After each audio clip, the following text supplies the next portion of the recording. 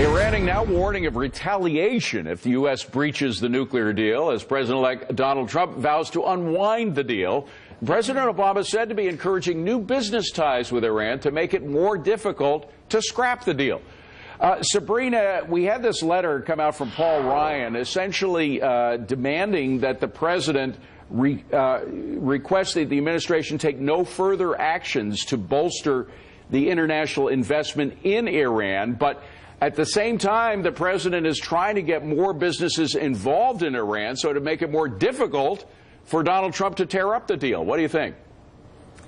Right. Well, I don't think any businesses are going to do anything between now and January. There's just way too much uncertainty. There's an administration going out and a new one coming in. It would be crazy for businesses to change course right now.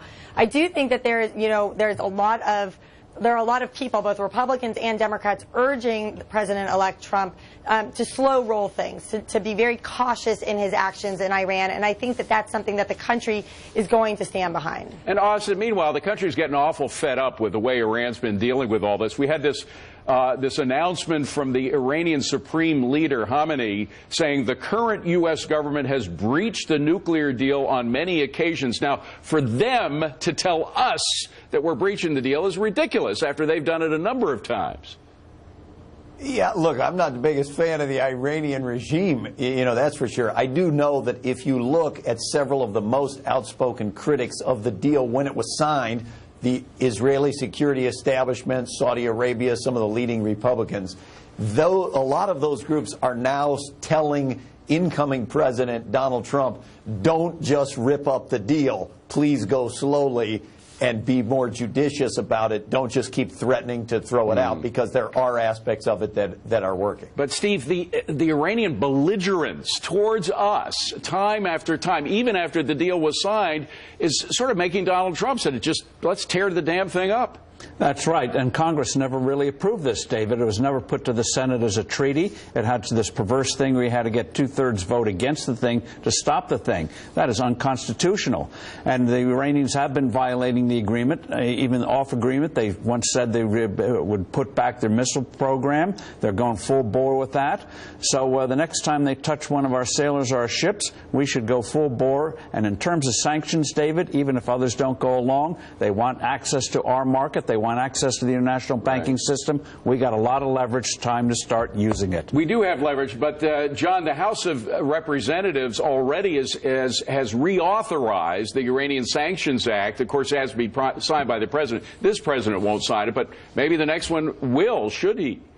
Well, I don't see why. I mean, I look at these deals with irrelevant countries, and they strike me as full employment acts for foreign policy types. If Iran is such an errant regime, if it's such a bad regime, why on earth would we expect them to abide by any kind of deal? At which point we enter these deals, we give legitimacy to bad people, and we achieve nothing in terms of safety. Don't rip up a deal. Don't enter into these deals in the first place. Well, maybe that's it. But we have a deal right now, EMAC, and Americans are fed up with it and the Iranians. I think everybody's fed up with the Iranians, but when they really humiliated the U.S. Navy sailors, that was sort of the final straw. And by the way, this humiliation that we saw of our sailors comes in contrast to our rescue of some Iranian sailors the other day. Yeah, when the Iranian, they were stranded, and our guys went and rescued them. There's a shot right there. Where were those Iranian ships swarming and harassing our boats to save their own countrymen? They were AWOL. So, we also gave them a case of water and a new battery for that boat. Listen, Steve is right. This is an unconstitutional deal. The Obama administration just did an end run around Congress. There are 36 bills right now circulating through Congress that would reenact sanctions on Iran. I hear what John Tamny is saying. However, this is really a really bad regime with nuclear-tipped missiles possibly on the way. I think Donald Trump needs to come in and really, he will take a look at this, a hard look at it, and hopefully step in. Rich, the attitude of the Iranians, I think it's very simple. It's like you treat a bully, you give a bully what he wants, and he'll ask for more and more and become more belligerent. That's what's happening. The Obama administration has been rewarding bad behavior, and so you get more bad behavior, right? Yeah, well, that is always and everywhere true. Steve is right. We have a lot of leverage here, but I think, whereas you want to fight a battle over taxes in the public, you take the case to the public and you fight it in the press, This is a case where you do want to do the opposite.